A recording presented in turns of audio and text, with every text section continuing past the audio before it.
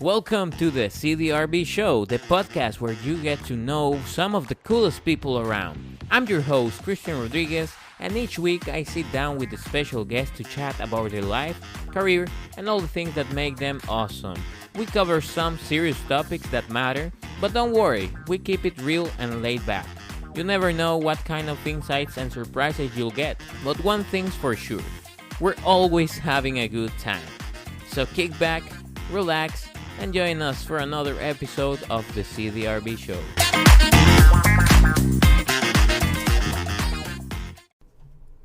Hello everyone and welcome to a new episode of the CDRB Show, the podcast where we talk with several people about their lives and careers.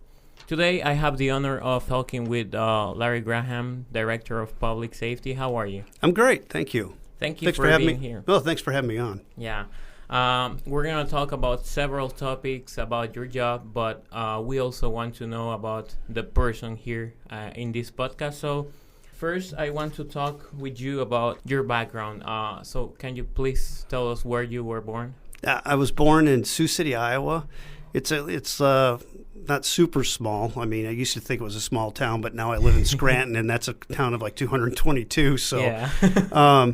Nope. So I grew up in Iowa, and then after I graduated high school, I ended up joining the Navy, and so then I got a chance to go all around. I literally went around the world 1.5 times. Wow. Yeah, it was good for me. How was your life when you were a child? How were you raised by your parents? Ooh, there's good and bad, like everybody has. I mean, you always wish you had that perfect life, but I think it was just a typical small town America kind of deal. Yeah, it's kind of hard to describe. Yeah. Yeah. Will you say that you had any struggle that made you have a different kind of character maybe, or something that made you push yourself into life? Yeah, I think I struggled quite a bit actually when I was younger. I'm a recovering alcoholic. And so when I was in high school, I got in some trouble with some drinking. I graduated from high school early because it was kind of weird because I was in all these accelerated classes. Like somebody decided I was smart at some point, but then I graduated high school with a 2.0. And then on top of that, it was so I graduated high school early to go to college. And my first semester in college I had a .03 GPA. And that was horrible. But I did get the Pledge of the Year for the TEAC program because I drank so much. But then when I got in the Navy, I quit drinking after a while, after I got in a little more trouble again. Yeah. But that kind of pushed me. I always kind of pushed myself. I wanted to be, I think if you look back and I'm being honest with myself, there's a lot of insecurity. I was insecure about who I was, what I wanted to be, and I think part of that pushed me to do better, but then it also kind of forced me to figure out what I want to do in life. Mm-hmm. I think some people want to be happy, and then I heard somebody talk the other day, said, what's important in life is have a meaningful life. So I wanted to help people. I wanted to make a difference. I wanted to make a change, but I knew for me to do that and accomplish the things I wanted to do, I had to take care of some of the things and the issues that were holding me back, and part of that was my drinking. And that was a huge change that kind of, pushed me throughout my life. How will you say that drinking problem started? I think from the very first time I drank different than everybody else. It was to be something different, to be different than who I was. Mm-hmm. And I think that goes back to that insecurity. But, I started off drinking from the very first time. Wasn't just have a couple. Mm-hmm. It was, like the typical alcoholic story. If I have one, I want two. 2 feels pretty good, I'll have 3. Well, 3's pretty good, I might as well have 4. And then I just never could hit that stop button. And when I realized that was holding me back and that was a problem, then it allowed me to start growing as a person. Because you get stunted after a while because all the problems and stress that are coming at you when you drink it away, you're never dealing with it. What are the issues you might be having with your family or you might be having at work? You don't deal with it, you just drink it away. Yeah. When will you say that was the moment that you really realized that you had that issue and wanted to make a change about it? I think it happened a couple times. The first time was I was in the Navy, and when I was in the Navy, I went to rehab in the Navy, that's pretty hard to do because Navy, Marine Corps, everybody's drinking, right? That's kind of And I got sober there, but then I went 9 years, but I did 9 years basically where I wasn't really working a program, where I wasn't going to meetings, I wasn't taking care of myself and working the steps. And then when I was a police officer back in Portland, I had started drinking again after I got hired. And it's a long story, but the problems that I had before, I just thought, well, I was young, it was stupid, I didn't really have a problem. And then I started drinking again and I had a problem. And for me, I was going into the schools, I was dealing with kids, I was arresting people for driving drunk, I was arresting and dealing with people that were having issues. But I didn't want to be that person that came and talked to the kids and told them to make good life decisions, and then I wasn't making myself. I didn't want to end up on the paper and let them down. So that was important to me, not to let them down and do the right thing. Mm-hmm. And so that's when, and now in this October, I've got like 20 years of sobriety. Okay. Yeah, so that was a big deal. I didn't know we'd be talking about this, but, I can only be honest. And I'm not, stuff like that doesn't, I wish I made better decisions, but I think sometimes when I share that, it's important for people to know you can make mistakes and you can overcome them and you can move on. Just because you make one mistake, that doesn't define you. Yeah. You're a person, you can change and you can keep on, moving. I'll talk to my kids, I teach criminal justice up here is one of the things I do. I'll be honest with them about what's happened in the past because it lets them know, hey, not everybody, I wish I could be that little Boy Scout that never did all those other things. But in a way, I think some of the mistakes I made in my past actually helped me become a better cop because I think it gave me better compassion and understanding, just because somebody made one bad mistake doesn't define them. I know I've said that twice, but it's like there's a person underneath there. There's the feelings and everything else. Yeah, in the end, nobody is perfect and will commit mistakes. And I really appreciate about your honesty and openness to talk about these different topics. Can you tell us a little bit if you had any kind of support during those stages, during those type of issues that you've been through in that time? I think the biggest support for me was when I got hired as a police officer, and this was back in 91. I first got hired as a corrections deputy. I worked in the jail for 5 years. Mm-hmm. And then I got my degree. Then I was able to get hired in Portland Police. And when we first got hired, they told everybody, hey, if you have problems, a lot of things that gets cops jammed up is alcohol and things like that. Don't be afraid to reach out for help. If you have depression, don't be afraid to reach out for help. One of the things I found out very quickly, they tell you that when you get hired, but when you get out to the street, you got old sergeants and stuff like that they're not giving the same message, And I had a coach that was a really good support for me. And they helped me get into counseling and then help me walk through that. But I decided when I wanted to go up through the ranks and I wanted to be a leader, it's like I wasn't going to hide that stuff. I was going to own it. But then hopefully that would let other people that were around me and that worked for me that maybe they do the same thing. And so that was part of the things that kind of helped out. And then I ended up working with being on the police alcohol recovery team.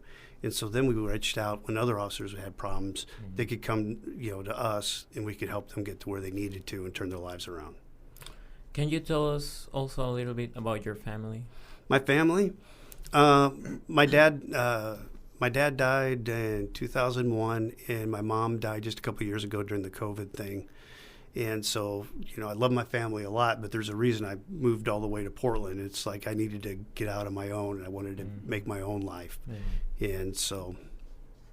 And we also want to know more about the person itself. So I am interested in knowing what type of hobbies do you have? What do you do in your spare time? Right now, my spare time is I play video games. That's my spare time stuff. I played a little bit of everything. Right now, I'm playing Path of Exiles. It's kind of like Diablo, but like on steroids. It's super deep, and there's all these formulas and stuff. But I spend a lot of my time taking care of my wife and my daughter, and then I start my doctorate program in May. So I don't know if I'm going to have much spare time anymore. In what will be your doctoral? My doctorate's going to be in criminal justice with an emphasis on education. So it's like perfect for what I'm doing up here. Yeah, that's great. So maybe in the future we'll have another conversation here, and it will be Dr. Larry Graham. That'd be kind of cool. Thinking about that sounds kind of cool. Yeah. You asked me about my family. I was thinking of my mom and dad and stuff, but my family, I'm married. My wife, Kara Graham, and I have a daughter. And my daughter's 14. She goes to Scranton. She's doing wonderful. Like me, where I struggled through, she's getting straight A's, and she's playing sports and doing wonderful. And I got lucky, and my wife's a fire breather. She used to be a district attorney. That's how we met. We had a court case where I was late for court, and she called me up. And then we got married, and she continued on, and being a district attorney, then she put her own, they call it, she started her own law firm, they used to call it putting your own shingle up. And she did that, and she did defense stuff, and she did stuff with children. So it gives me a lot of perspective on the other side, but she's my she's my fire. She's my partner for life. That's great. Yeah. So I bet that you can say that the whole experience you went through when you were young, as your daughter, has helped you maybe to raise her in a way that she can avoid those type of issues in the future? I think, I hope so. I mean, I look back, and there's the things that you always kind of wish your parents would have done different. And hopefully I can make it so it's about her and not about me. Yeah. And I'm hoping I'm doing it better. But we all screw up. I mean, every parent, you look back and go, oh, why did I, that's life. But it's normal. But I hope I'm doing it better. Yeah. About hobbies as well. What do you do on weekends? Like a regular weekend outside the office? What's the normal thing? The weekends, I got all the stuff around the house. We have 40. That's one of the things it's wonderful. I have 40 acres. I got a pond with fish in it. When it's hunting season, I go out there. I won't say I'm hunting because in the last 4 years I've gone hunting, I've only got one deer. But I enjoy that. But I got all kinds of, yard maintenance, the same stuff that you have to do around the house, doing repairs, doing fix-up and stuff like, You play video games, a lot of video games. Can you tell us what type of video games? I like the strategies. First-person shooters are fun. Like Call of Duty. No, I don't like Call of Duty as much because I don't know. I think it's too close to work. It's more of the, I think if I'm being honest, it's the ones where you just get lucky, where you get a good drop and you get a little bit better and you get a little bit better. But then I like the strategy games where you got to kind of think things out and you got to plan ahead. And have you played GTA? Yeah, I've played it a little bit. Yeah, I've played it all. You break the law in GTA? Well, of course. It's fantasy, right? Yeah. But I don't know. I think what got me was when you have to kill a hooker and stuff. I was like, I'm out. I think this is a perfect moment to ask you about this. You being a law enforcement person, do you think that video games make violent people? I've read studies on it, and they've actually gone through. David Grossman wrote a book, and I've been through some of his seminars, and it's been a while, so don't quote me on this exactly. I don't think it makes somebody necessarily violent, but I think if somebody has a propensity, it does elevate it. And what they had shown in some of the active shooters and stuff that they had in the past were, you look back in history, it's hard to actually shoot and kill somebody. And they looked at the number of shots, at how many times somebody had to shoot to actually shoot somebody in World War I. And it was like, you might have to, I'm making this number up, it's like 1,000 bullets to hit one person in World War I. And then World War II, it was like 500. In Vietnam, they got better, now it was like down to 100. But some of these kids are coming out, and because of the video games and stuff, when they do become active shooters, they saw it was like, boom, boom, one to the head. I mean, stuff that you'd only do in a video game. Yeah. So I think some of that can have an impact, but I think anything does. How do we keep everybody from, that's the thing about freedom. Do you let people have their life and exposure, or do you put everybody in a bubble wrap? Yeah. I also think that when you start prohibiting things, it makes more appealing to people to do those things that are forbidden, Yeah. So... I want to say, like in Colorado, if I got this right. Now, I wish I had this in front of me, but I think like in Colorado, when they legalized marijuana, I think actually the amount of use kind of dropped because it wasn't a forbidden kind of deal anymore. There's other problems that came with it, but there's also that, ooh, it's bad. Yeah. You know, now that we were talking about this type of topics, we live in a dry county here in Johnson County. Do you think that's the best thing for campus, for the not only for campus but for the whole county, because we're college students?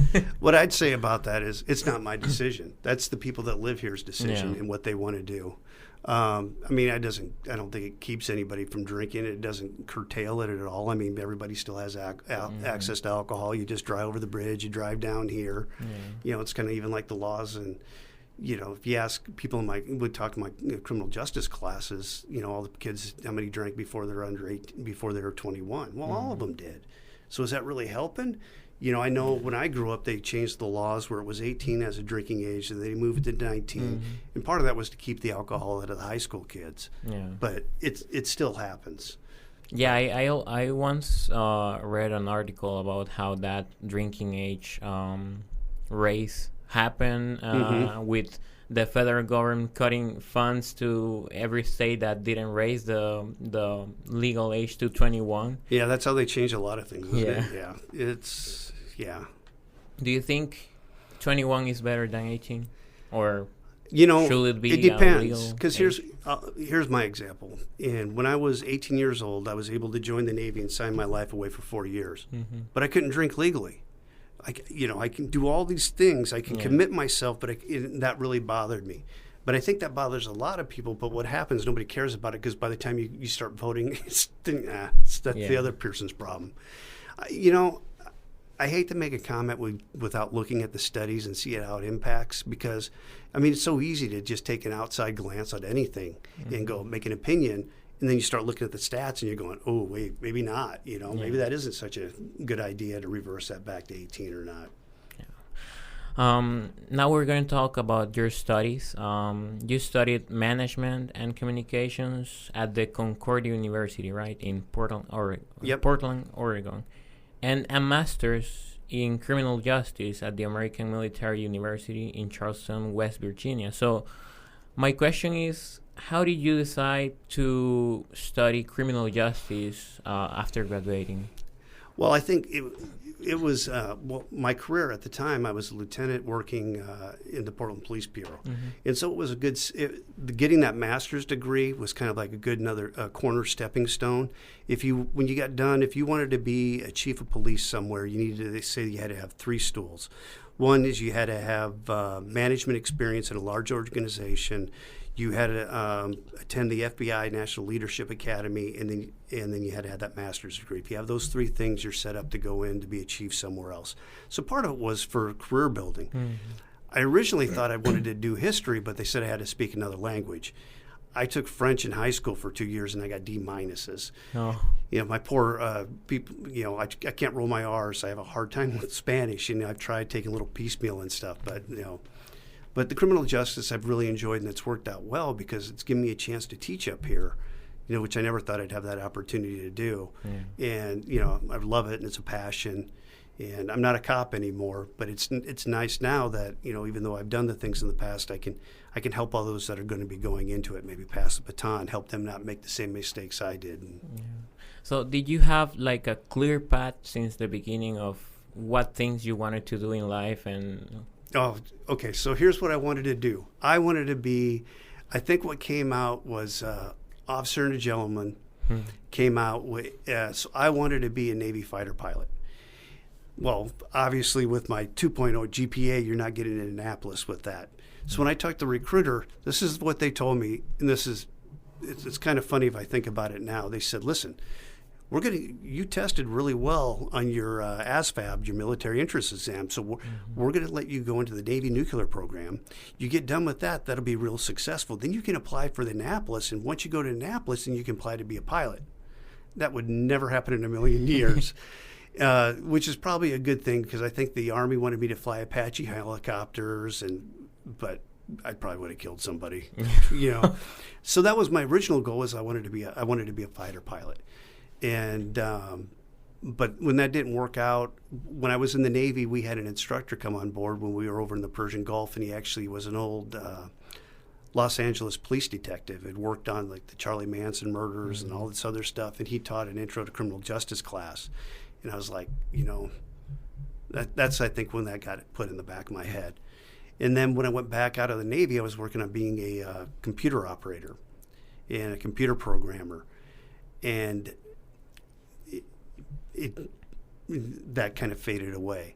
And so when I got hired as a corrections deputy and I could go out there and then finally work at Portland where I could actually go out and make a difference, I think what happened was I decided I didn't want to make a million things. I didn't want to sell a million things. I didn't necessarily want to be a millionaire. I wanted to be comfortable, but I wanted to make a difference. That's where I felt that, I think God was leading me. And that's where I felt my soul. You also mentioned that that you went to the FBI National Leadership Academy in Quantico, Virginia, in 2015, right? Right. Could you explain us more about that experience and what was your purpose of doing it? That's kind of an honor to get to go. Less than 1% of all law enforcement ever get to go there. You got to be vetted. You got to pass a separate background, and that's your chance to hang around, and you go to that academy and you take a bunch of college courses and you're hanging out with other leaders throughout the country. And you get to see things and get to experience a lot of different stuff that a lot of people don't get to do. And it was actually a huge honor, and I'm really humbled that I got a chance to do that. It also kind of, once you've completed that, it opens some doors for you, at least in career-wise in the law enforcement community.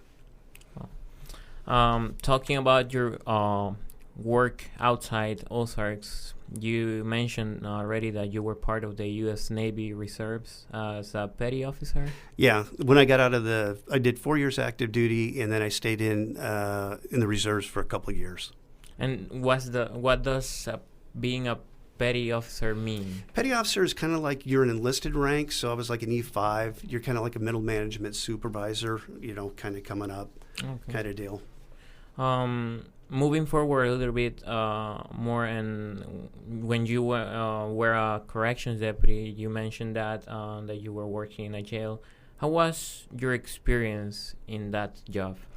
I liked it. It was interesting. Part of the things that really I learned doing that was I learned how to talk to people from all over the place. People that were angry, people that were drunk, people that were sad. And you learn how to navigate, and you learn how to use your communication skills to de-escalate things. I saw other people escalate things up. I learned a valuable lesson: never tell a large group of people to shut up. That was a bad mistake. That turned into a big riot kind of deal. But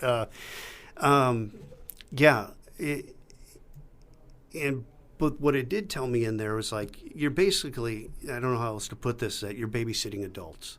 Adults that made a lot of bad decisions. Adults that are constantly trying to manipulate, move, and try to get through the system because they're bored, and that's just what they do. But what I realized when I was working there, I wanted to go out. I wanted to work on the street. I wanted to interact with people before things got bad. I wanted to make a difference out there. And I was right at that point where the longer I stayed, you get your seniority in there, and you start making more money, and all of a sudden you're not working nights and weekends anymore. You can have days. You don't want to make that jump. Yeah. But I really wanted to go out and do that. And part of me also wanted to know, I think people always ask, why did you become a cop? Whatever it is, I wanted to help people, but I also wanted to know, could I run towards the gunfire? Mm-hmm. Could I do that? And I wanted to find out. You have a lot of experience as a police officer, having worked around 22 years for the Portland Police Bureau. From all those years, what is the best memory you have from it? My best memory is a thing called Camp Rosenbaum. Camp Rosenbaum's a kids camp that's hosted by the National Guard, the Air National Guard, and they have a partnership with the Police Bureau and the Housing Authority of Portland. And so what they do, it's just this weird thing that's never been able to be replicated, where they'll take kids from the Housing Authority for 1 week, and they get to go and have a summer camp experience. Well, that summer camp, while you're down there, the kids, I got to be a camp counselor, and there'd be a handful of other cops down there. Well, the kids get to pick your name. So the kids got to pick my name. It was between Big Daddy, because that's when Adam Sandler's movie came out, and Stone Cold Steve Austin. Back before I got a little bit fatter, they thought I looked like Stone Cold Steve Austin. So the kids named me Stone Cold.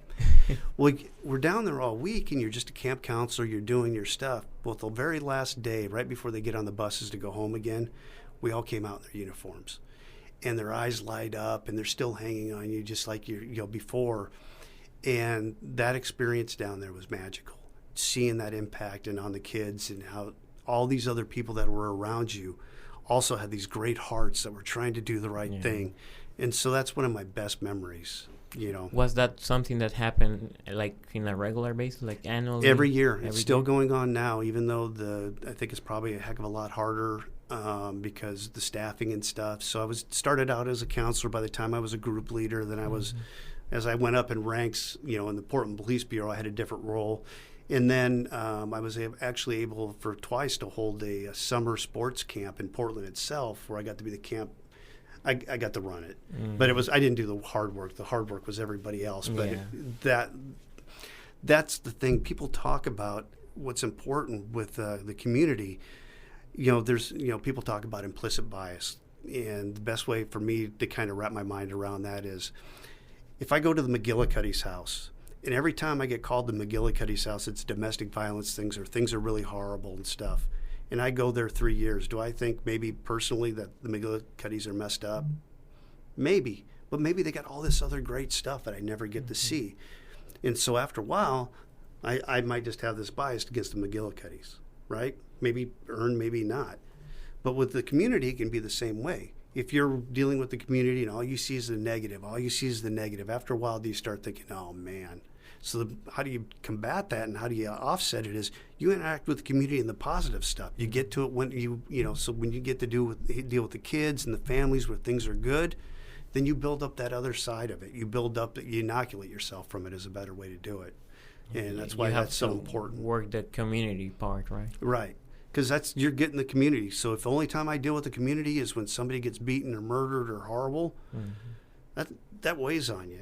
And then but having that other positive interactions offsets a lot of that negative.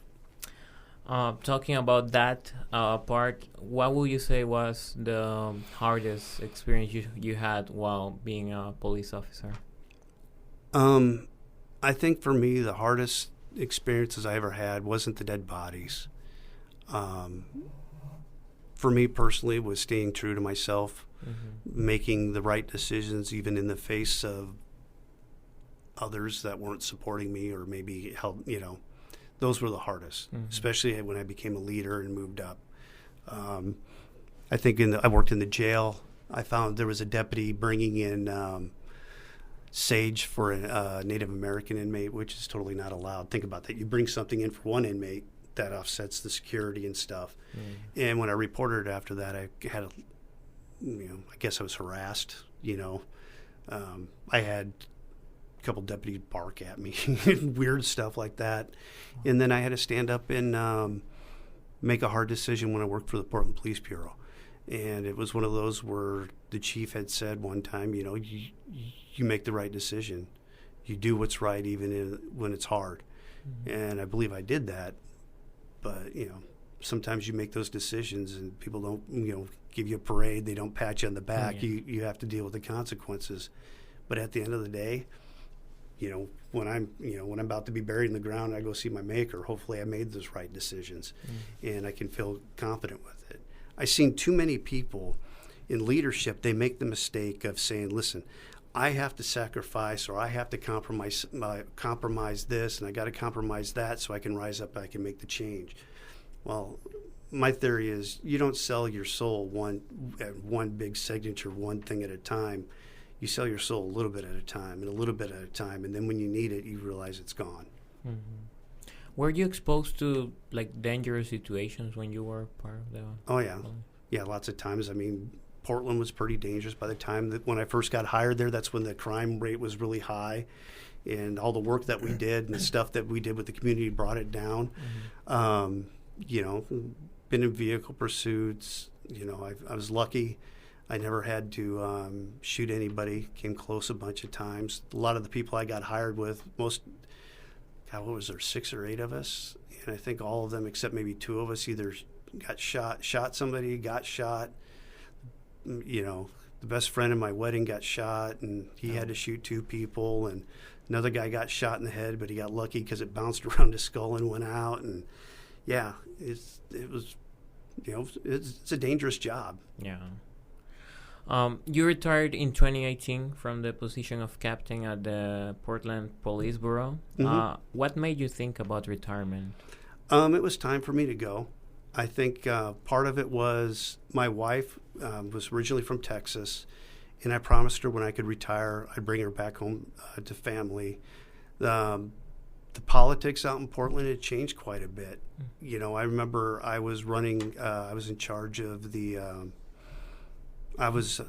you know, when you have crowd control, riot situations and stuff, I was running those. And I got stood down because I said I was proud of my officers. And I knew if just saying that when they did something good was enough to get me, I couldn't make a change anymore. And some people say we're prophetic now because they, you know, that agency when I was there was absolutely one of the best in the country. I honestly believe that. And because of the politics and the stuff that was run by the city and stuff, they've just tore it apart. And it breaks my heart. Yeah. What does retirement mean in terms, like, for a police officer, and what things are you able to do and what things are you not able to do anymore after being retired from the police officer? Well, I mean, when you're an officer, right? When you're a police officer, people look at you, and you're actually, whether you like it or not, you're held to a higher standard of the law. Mm-hmm. If I'm a cop working for Portland, if I use marijuana, I'm undermining myself and everybody else. If I do anything illegal, if I use my badge to get out of a ticket, that's going to look horrible. So there's a high level of expectations when somebody is working. Now, I'm not a cop anymore. Who cares what? I mean, people care. I mean, obviously, you know, my boss cares and stuff, but it's not that same level of scrutiny, nor should it be. You know, I think there's a lot of good cops, but I think the scrutiny is also fair because there's so much power that's held in an officer. I mean, think about that. If you're on the street when I was a cop, I could arrest you for probable cause with just 51%. So if I decide, if I'm not a person of good moral character and anything else, could I go and pick and abuse my power and abuse people? Yeah, definitely. So that's why you want to hold everything in check. Will you say that it will probably be easy for a bad police officer to try to ruin someone's life by, like, making false testimonies of you found something on their car or something like that? Absolutely. That's why it's so important to pick good quality people, hold them accountable. Yeah, it's very possible. And I think that has happened already. I watch a YouTube channel about police pursuits and all that, and about bad police officer as well. It's called, I think, Blue Cam Code. Something like that. Yeah. I've probably seen some of those too. Yeah, I really like those videos. I worked in internal affairs, and so I saw some of that, and I saw people make bad decisions, and I saw people abuse their power and then get held accountable. Yeah. That's, you know, and that's how it's supposed to work. You're supposed to, you know, identify those things, you know, and then hold people accountable when they start making those mistakes. Yeah. So after you retired, you came here at Ozarks as the Director of Public Safety. So what I want to know is, how did you decide to come here to Ozarks? I think God brought us here. Yeah, absolutely. My wife got a job. I don't know, we argue about who got hired first, me or her. Mm-hmm. She got a job working over with Advancement, you know. Advancement? I think where Lori McBee is. Anyhow, she got a job over there. I got here, and the reason we came in this area because basically her sister is an alumni here. And so when she went to college, her folks who were in Texas, and I thought that's where we're going to end up. Well, it's a long story, but her father lost a job. When she was going to school here, they bought her a house that they were going to use as a vacation property. Well, then they decided to move here, and we started looking in this area, and it was just like, there was 2 jobs that opened up, one for me, one for her. It was just perfect timing. And then we that's how we ended up here. Mm-hmm. And I truly believe that. A lot of things that happened in my life I might not have liked at the time, but it almost seemed like God was paving the way to get me there. Yeah. So like everything you did in the past was all the things that will bring you to this point, right? Right. Yeah. To put in context to our audience that may not be from Ozarks, we're around 1,100 people here at the university with staff and faculty, students. So how do you feel it's working at Ozarks, like comparing it to your previous jobs? I love it. This place is, I don't think people realize what the University of Ozark is like. I know when I left Oregon and I said I was coming down here to Arkansas, and I had people in the city attorney's office actually questioned me when I was being, they almost assumed that I was coming down here. I swear they thought I was going to join the Klan or something. It's like, really? You don't think there's diversity, down in Arkansas and stuff? But coming down here, it's like I deal with some of the same things that I dealt with up in Portland. But now I can really focus on the kids when there's problems and other people, and I think I got a pretty good perspective of when to blow something up and, hey, this is really important, or this isn't that big of a deal. Mm. But it really lets me focus on the kids, the students. I'm getting old, so you call everybody kids, but you can focus on them. Where do they need help? How do they, and hopefully they trust me enough, where they'll say, hey, something's going on, they call me. And they can ask for help, and they know that I'm going to be honest. I'm going to be be there for them. Let's talk about something you did in 2020 as the director of public safety. That was when you took over as the Title IX coordinator for the university. That's the Title IX coordinator. What is Title IX coordinator? Title IX was a law that was passed by that requires all universities that take funding from the government that provide equal opportunities. Primarily when it first opened up, was like sports. So it's like if you had a men's soccer team, well, you should have a girls' soccer team and stuff. Okay. But then it also looks at if there's like a sexual assault, stuff like that. Are we making sure that everybody gets equitable treatment? And following up. I feel like I jumped around on it a little bit. Sorry. No, that's fine. You also started teaching some courses here at the University of the Ozarks after you came in. Some of those are criminal justice, criminal law 1 and 2. Mm-hmm. Was teaching part of your plans? No. Teaching wasn't part of my plan. I got lucky. My first semester when I got here, they asked me if I'd be willing to fill in and teach an intro to criminal justice class. And so I got a chance to teach that. And then it was like, can you teach it again? Sure, I can teach it again. And then it was kind of like, we need you again. Can you teach it again? And then when Dr. Dipple passed away, and it was funny because Dr. Dipple was the one that hired me. Well, he was on my hiring board. He didn't hire me, but he was on my hiring panel and stuff. And when he passed away, I was honored that they asked me to take over and teach his class. And I guess my kids don't hate me enough that they vetoed me out yet, so I'm still doing it. So now I'm now doing it permanently. I think half time, and I love that because one, it gives me face to face with the kids. They get asked questions, they get to know me a little bit.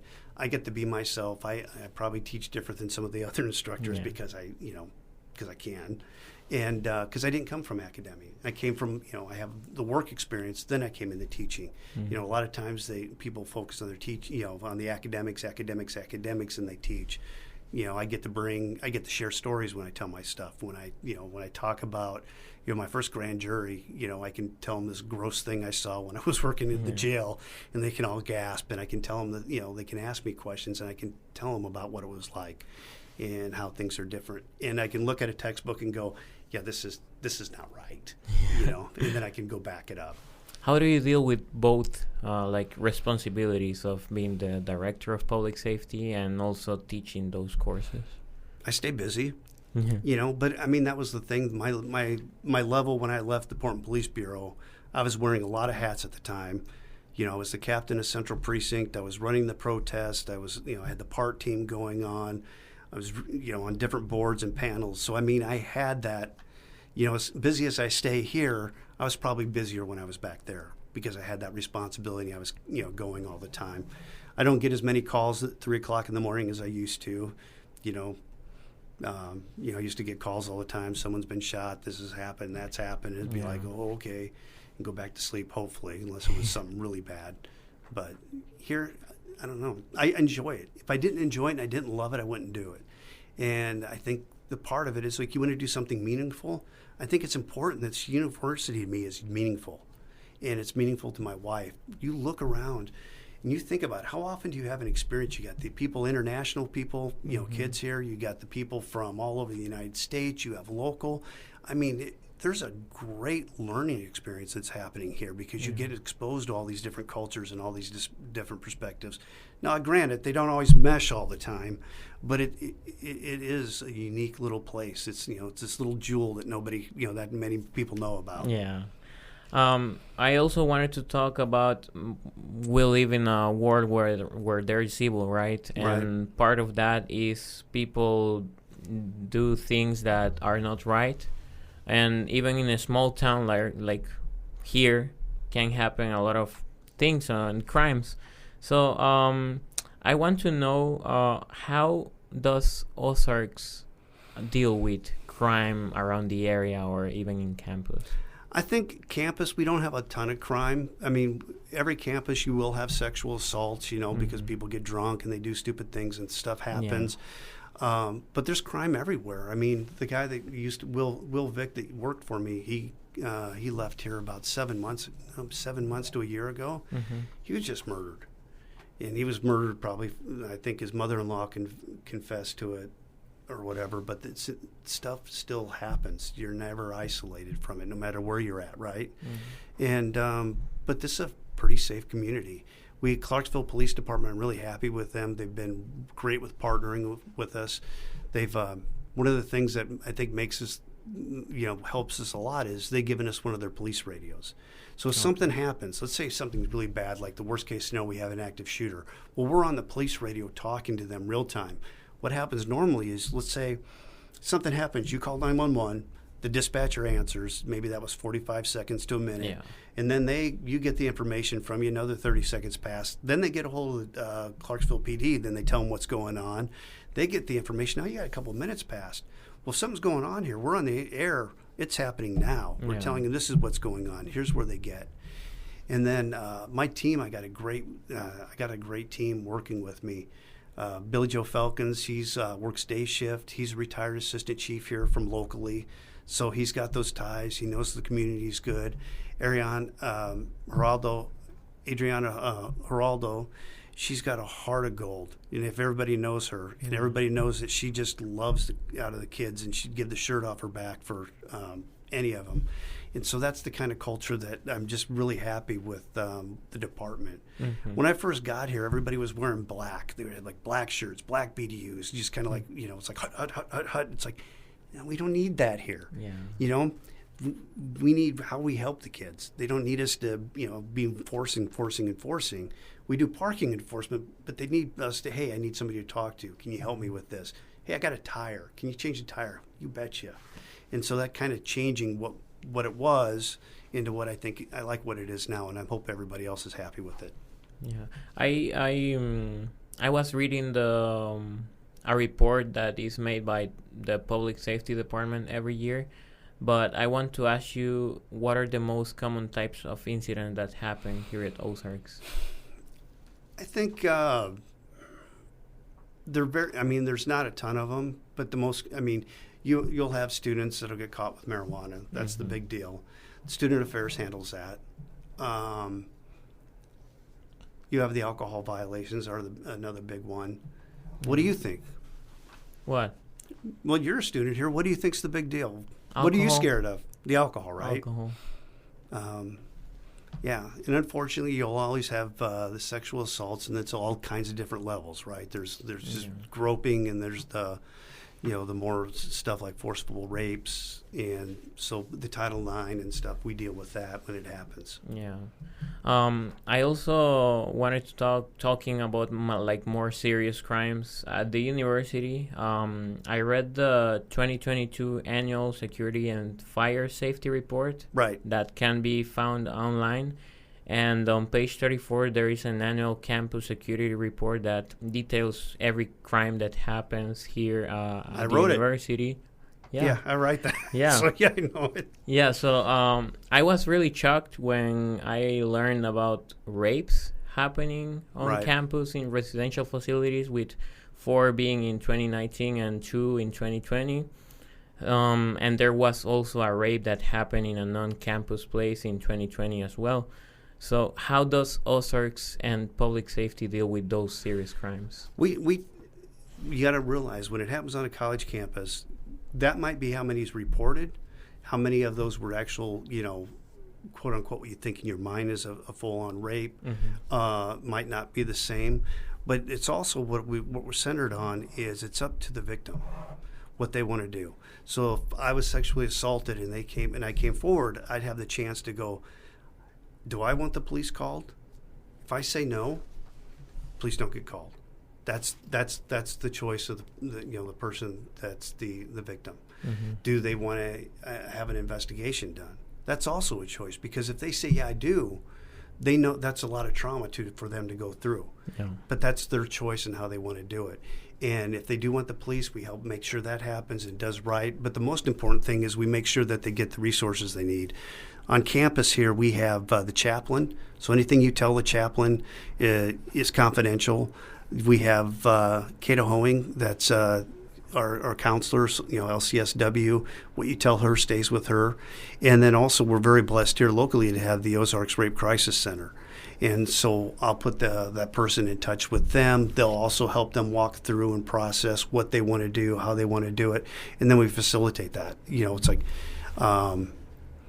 and let's say if they do want to do a Title IX investigation, which is different than a police investigation, right? It's an administrative hearing. It's not a criminal thing. So if you want a criminal prosecution, you go to the police and they go through it. If you want just a Title IX investigation done on it, and then it's almost like it's an administrative hearing where the burden of proof is 51%, and then we'll do the investigation, the suspect, they call it the respondent, and the complainant get to review the investigation. Then they get a chance to have advocates that get to question each of the people, and then it goes in front of a certified decision maker that that would go and make the ruling on it. Since I've been here, we've had a handful of those that go all the way through. When I took over Title IX, I got myself certified as a Title IX coordinator. I think I'm like level 2 now or something like that. Billy Joe, who did homicide investigations, did every investigation here locally, he went and got certified, and then we're getting other people. So taking it really serious that we put the very best that we can forward to help people out. So the consequences to the potential rapists are on the victim if they want to make like prosecution and everything, right? So, yeah, but I could, as a Title IX, if I had let's say if I had a bigger issue where I knew I had a person, I could, in the worst case scenario, if I had to, I could open up a case myself. Okay. But primarily, we want to. It's important to me that we take care of the victim. I don't want them to be re-victimized again. So what they're willing and they're able to go through, that's what's really important to us. Yeah. Is there any direct consequence that the university enforced to those that commit those crimes? Oh yeah, if you get found, if you're found or sustained the allegations of any kind of those crimes, they're serious. You can be expelled. You're out. Right? Yeah. There's different levels depending on what happens and stuff, but yeah, that you're done here university-wise. That's the worst we can do, is expel you. Does allegation itself can make you No. That's the thing about it. You have to have, because if not, if anybody just makes an allegation, they see ya. No, that's not fair either. Mm-hmm. There's got to be an investigation. There's got to be a formal process. There's got to be all that put together. To make sure people are, taken care of. It's got to be fair. Yeah. The report was made back in September of last year, 2022, and it doesn't include any partial data from last year and I also wanted to ask you about this year. So how is campus in terms of crimes in 2022 and part of the 2022? I think this year we're doing better. Not better. I mean, ours is actually relatively low if you look at the number of incidents and what's happening. But I think it's fairly low. Mm-hmm. We've had a couple incidents. we as students also have the responsibility to make campus a safer place. So I would like you, if you want to give an advice to students to be an active part of making the University of the Ozarks a better place, what could it be? I think, it's taking care of each other. I think if you look at everybody gets, sooner or later somebody's going to bother us, right? We're going to I don't like that person or whatever, but be kind to people. Mm-hmm. You know what I mean? If you never know what anybody else is going through. Maybe they're being rude, be kind back. If you're talking more like how do you keep each other safe, if you go out drinking and you got a friend that's overdrank, take care of them. Get them back, keep them out of a bad situation, watch over each other. Mm-hmm. That's the best thing you can do, and just use your common sense. One of the things I've been extremely concerned about is the amount of fentanyl coming in. Because, college, I don't care what college you go to, and there's always going to be some experimentation. Somebody's going to think, oh, wow, I got a test coming up. I want to take some Adderall. Mm-hmm. The problem with that is you don't know what's in there anymore. All it takes is like 3 little grains of salt kind of thing in that Adderall pill that's not an Adderall pill that can kill you. The gal that babysat my daughter when we were little, her son had some issues, and he was struggling, and he was about to go to rehab on Monday. Well, he picked up a couple of OxyContin to kind of get him through the weekend until he went into rehab. He took one pill and died just sitting here like I'm sitting here. Mm-hmm. Mom came and found him the next morning, and it scares me to death. I'd gone to Reed College, and I'd seen kids overdosed and death, and I pulled them out of there. I don't want to have that happen here, and that scares me to death because it's like, I'm going to try ecstasy. Well, maybe that ecstasy now has some fentanyl in it, and that's what we're seeing happening a lot of times. People are pressing their own pills, so they think they got a legitimate pill, and it's not. And we recently I bought a bunch of Narcan. Narcan's one of those things, if we can catch somebody soon enough that's having an overdose on those kind of things, it's just like a nasal spray. It'll save their life. We got the RAs trained on it, and the professional staff and student affairs. So I'm hoping if I put some of those things like this, I hope nobody does it. But if it does something does happen, hopefully we can get to them soon enough. We can help them and hopefully save their life.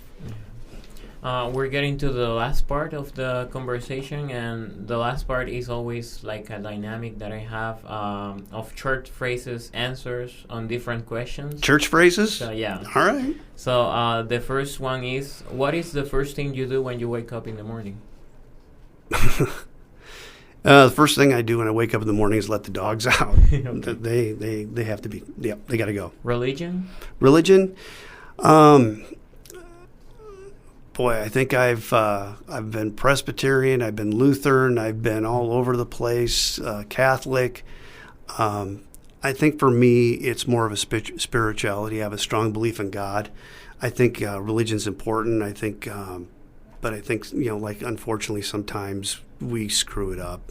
So, but I have a strong faith in God. I've turned my life over to God, and I think He's directed me even when I've been dumb. Yeah. But yeah. Morning person or afternoon person?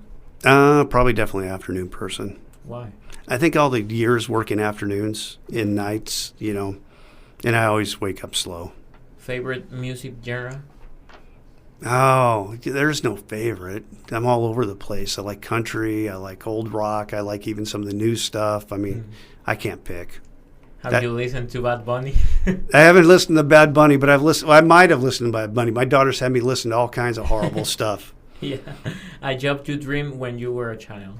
What's that? A job you dream when you were a child, being a cop. Oh, being a fighter. I wanted to be a fighter pilot. I wanted to be a Navy, I wanted to be Top Gun. Okay.